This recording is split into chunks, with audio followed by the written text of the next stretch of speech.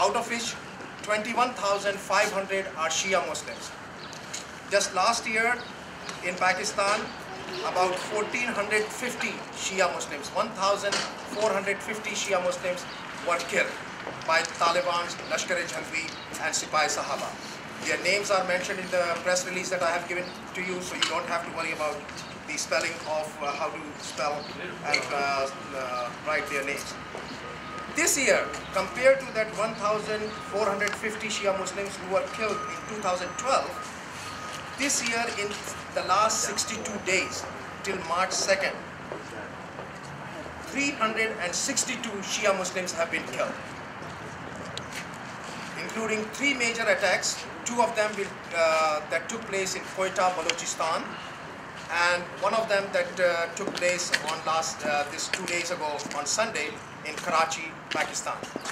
Now these are the major attacks, but in addition to these attacks, these terrorists, these armed gangs, these thugs, go around what they call targeted killing. And they are very organized. They have list of all those people who are either Shia Muslims or Sunni Muslims who are against Taliban philosophy, and non-Muslims, especially Christians. And they know where these people work. They know their houses, especially if you are active or if you are professional and if you are a prominent member of the community, then they know all the details about you. They follow you to your home, they knock at your door, and when you come out, they kill them. Same with the workplace. They go to your workplace, to your clinics, and when you come out of the clinics, so many doctors have been killed. And Pakistan is already in short of educated people, professionals such as doctors. So beside these 2 things that I wanted to highlight, number 1, what is happening in Pakistan, number 2, how Pakistani Americans, we the citizens of America, are in danger when we go to Pakistan.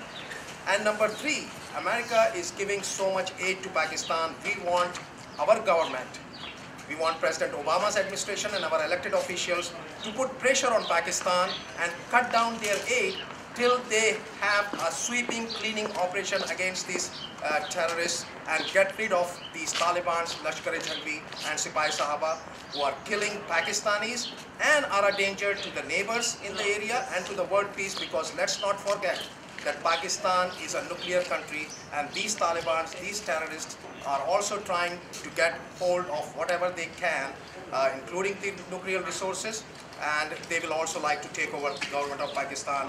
So with those words, I would like to introduce one after the other those members of the Pakistani American community who have lost their relatives in Pakistan by these terrorists and or were personally threatened, and then some of them had to move from their area. I will begin with Ms. Javeria Safdar. She will spell her name and she will talk about what happened to where she is from.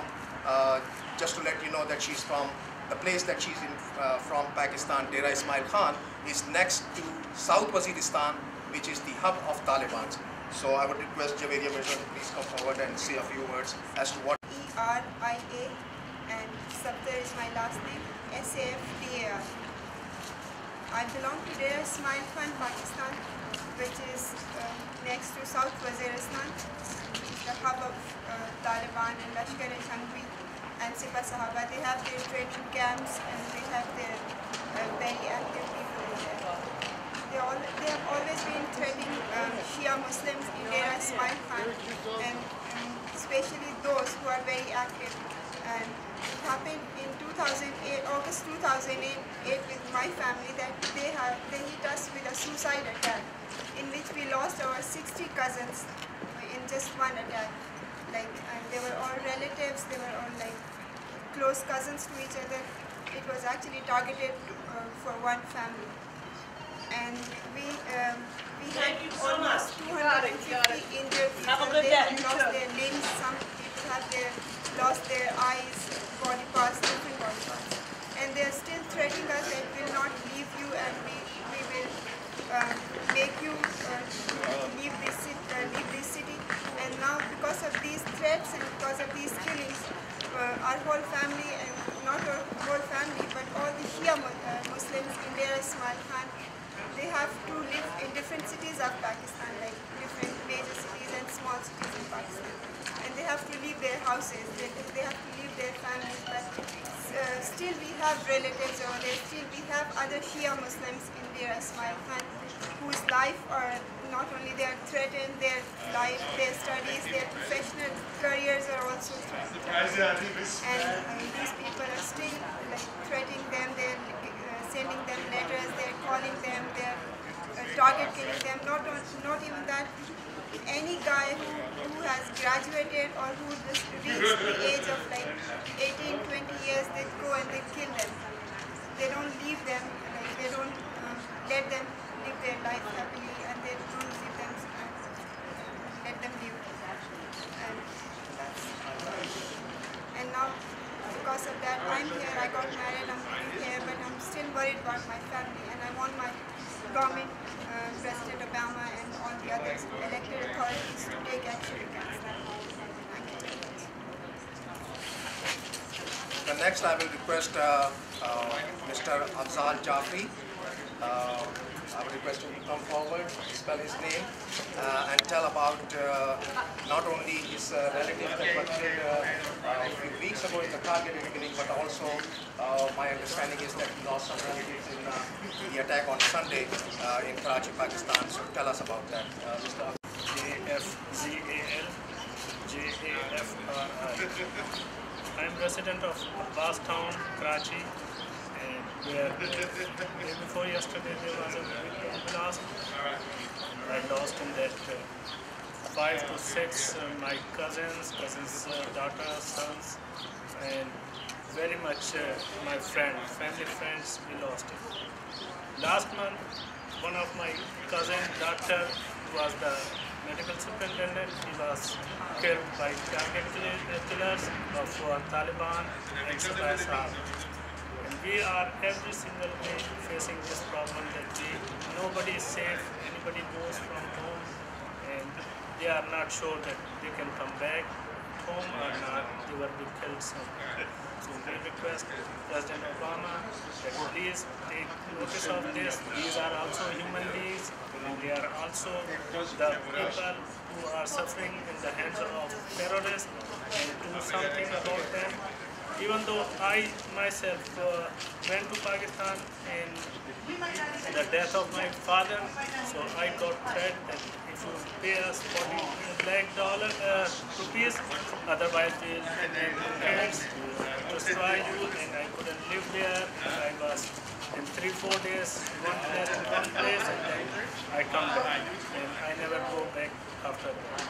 Thank you very much. These are the facts that we should be safe from these atrocities. Thank you. All the other cities of Pakistan, the Shias being killed, and the media was covering because of the terrorist attack, but most of the terrorist attack was done on Shias. There are 300 doctors, more than 300 doctors and high officials in medical sciences been killed one by one, and none of the media had covered them. We condemn this thing. We want the American government. We are American citizens. We are Shia Muslim Americans. We demand from the government of United States to please interfere in this event and save those innocent Muslims, innocent women and children. We ask them, as Mr. Mirza said, to please open your doors for Shia Muslim who can get asylums here, political asylums. We can prove everything what the government wanted. Thank you. In New Hyde Park, and I go everywhere, and we have very good relationship. We break bread together, and we participate in all the activities together. It is not a Sunni-Shia issue, because these terrorists are killing Sunni Muslim as well. They are killing Christians also. They are killing non-Muslims. They are killing anybody and everybody who does not agree with their twisted philosophy. So you can explain about how your children. My name is Sajjad Rizvi, SAJJAD, I'm a resident of Nassu County for the last 20 years. My children have grown up with Sunnis in Westbury. They read Quran in Westbury Mosque. So there is no rift between Shias and Sunnis. The Pakistan was made by Shias and Sunnis. It's the new things after Afghan war came out. Wahhabism, I don't know where it came from. They are the ones who want us to fight between Shias and Sunnis. We have no rift against each other. We work together. We shop at each other's stores. We live together. We have no issues with the Sunnis. We are Shias. We are basically Muslims. The Shias and Sunnis are always together. There's no doubt about that. So we always stick together. Fighting the Taliban. We've been fighting the Taliban for over a decade in the area, giving money for decades to Pakistan. Other than invading Pakistan, what other pressures could we put on? My question is why we are still giving them the money if the Pakistan is not listening and joining completely in spirit and in deeds in fighting against these terrorists. We do not want any lip service anymore from the Pakistani government. We do not want any cosmetic actions. We want concrete actions against these Taliban and Lashkar-e-Jhangvi and Sipahi Sahaba and other terrorists operating inside Pakistan. Otherwise, we urge Obama administration and our elected officials to immediately and completely stop all aid going to Pakistan. That's what, these are our tax dollars being used to kill us. I mean, that's a shame. We want US government to have a proper check and balance on the aid given to Pakistan, because they only make promises and then they never implement them. And because it's an election season, so they'll make promises, they'll take just like they make policies and everything, but they never implement it. And rather than that, they'll use all that money against Shia Muslims, bombing them and threatening them and making them out of their professional lives, their houses, everything. Any other question?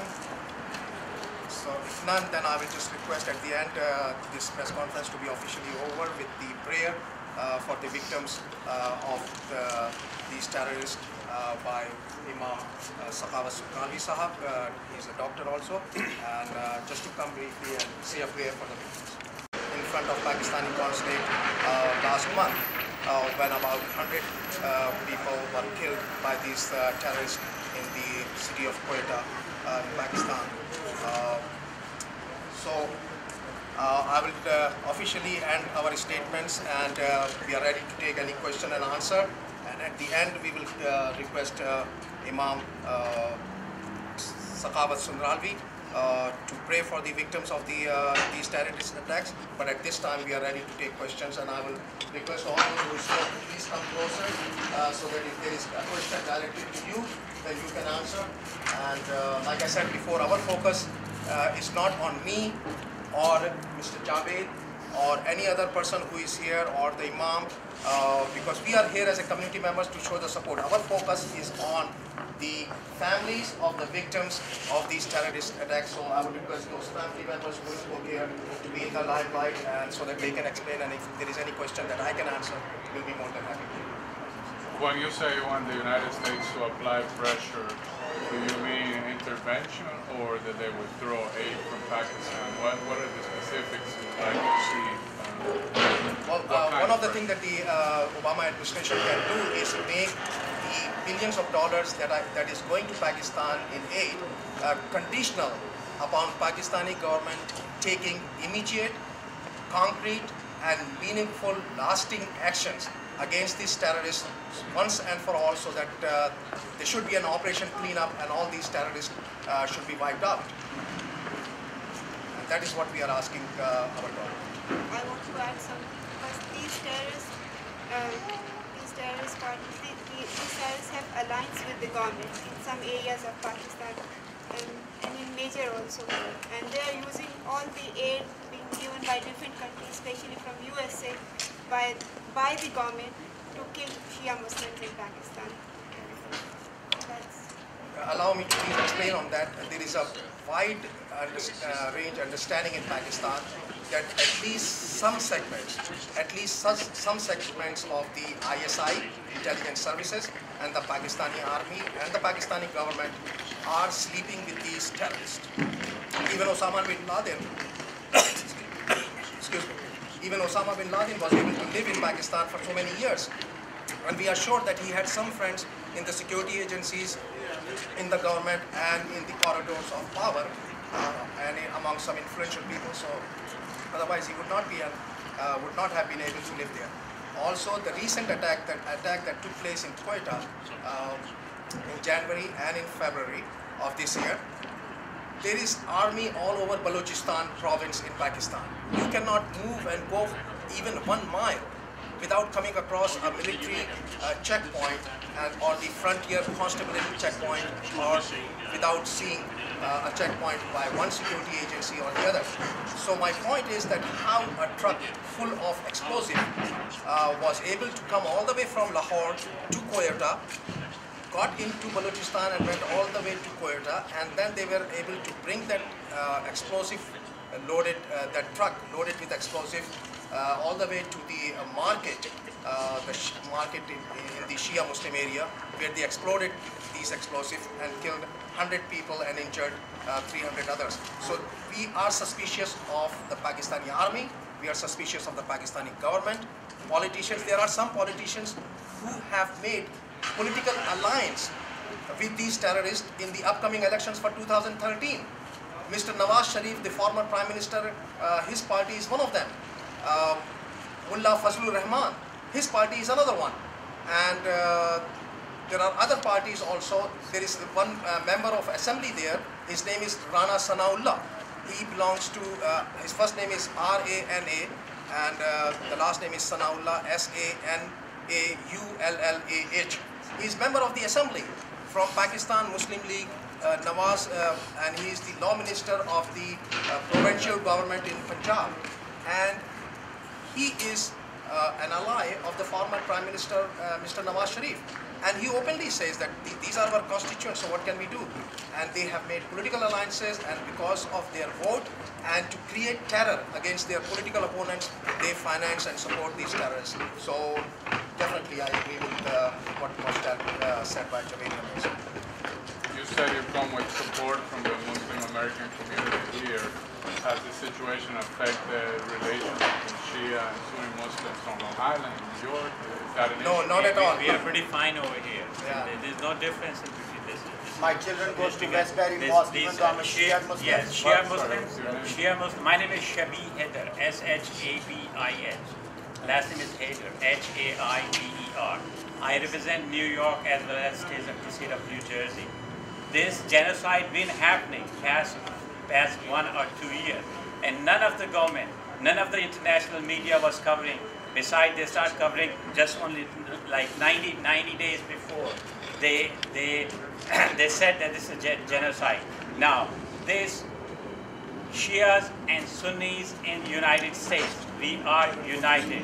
There is no difference in it.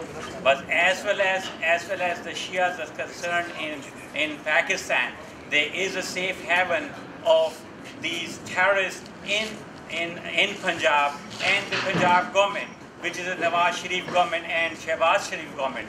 They are responsible for it.